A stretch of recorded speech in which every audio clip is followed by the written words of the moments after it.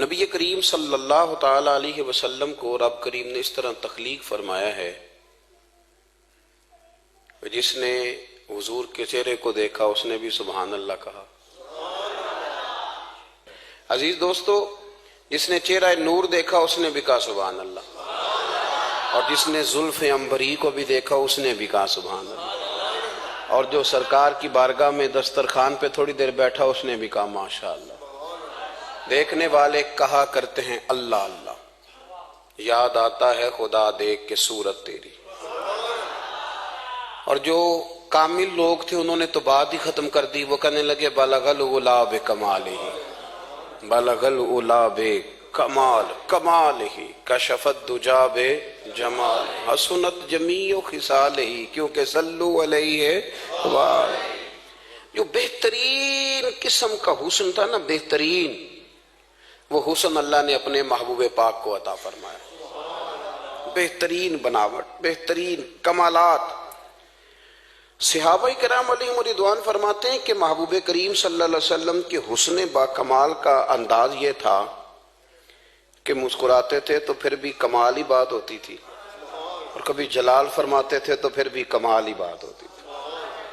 ہر پہلو سے، ہر انداز میں اللہ نے اپنے محبوب کا نوازا، اور اتنی خوبصورت۔ دیکھیں نا، یا رسول اللہ صلی اللہ علیہ وسلم، آپ کو اللہ نے بے شمار کمالات عطا فرمائے، بے شمار کمالات دیے۔ صحابہ سے پوچھا گیا کہ آپ بتائیے کہ حضور کا قد کیسا تھا؟ لمبے قد کے تھے، چھوٹے قد کے تھے؟ کہنے لگے نہ لمبا تھا نہ چھوٹا تھا۔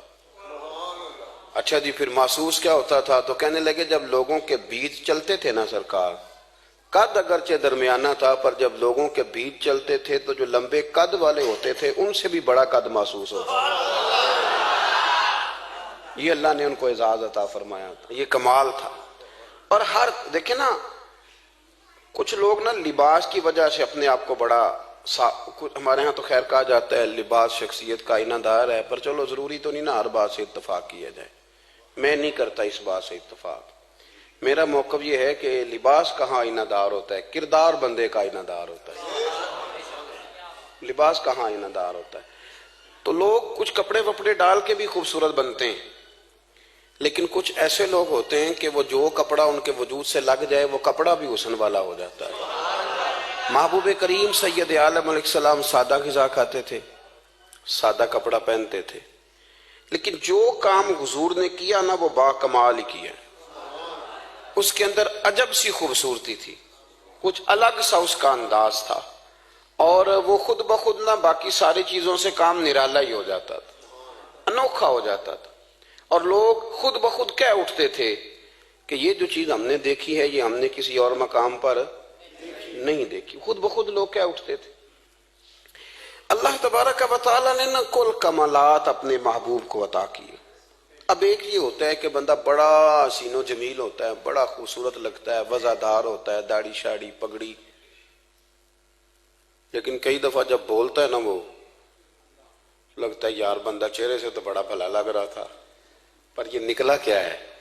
حضرت سعدی رحمت اللہ علیہ فرمایا کرتے تھے کہ انسان اپنی زبان کے نیچے چھپا ہوتا ہے، اس لیے وہ کئی لوگوں کو مشورہ دیتے تھے کہ تو مہربانی کر ذرا بولا نہ کر، تو چپ رہتا ہے تو تیرا بھرم قائم رہتا ہے۔ امام مالک رحمت اللہ علیہ کے پاس ایک شخص بیٹھا کرتا تھا، سارے لوگ سوالات کرتے تو وہ کوئی سوال نہ کرتا۔ تو ایک دن امام صاحب فرمانے لگے ساری دنیا جو مسئلے پوچھتی ہے تو بھی کوئی پوچھ لیا کر۔ کہنے لگا جی پوچھ لیتے، روزہ کب افطار کرنا ہے؟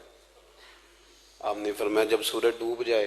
تو کہنے لگا اگر ساری رات ڈوبے ہی نہ تو امام صاحب فرمانے لگے تو پاگل تو نہیں، وہ کون سی رات ہے جو رات بھی ہو جائے اور سورج ڈوبے ہی نہ، ساری رات سورج ہی نہ ڈوبے۔ آپ فرمانے لگے اب تیرے لیے میرا مشورہ ہے کہ تو چپ ہی رہا کر، تیرا نہ پوچھنا ہی تیرے حق میں بہتر ہے، تو نہ پوچھ۔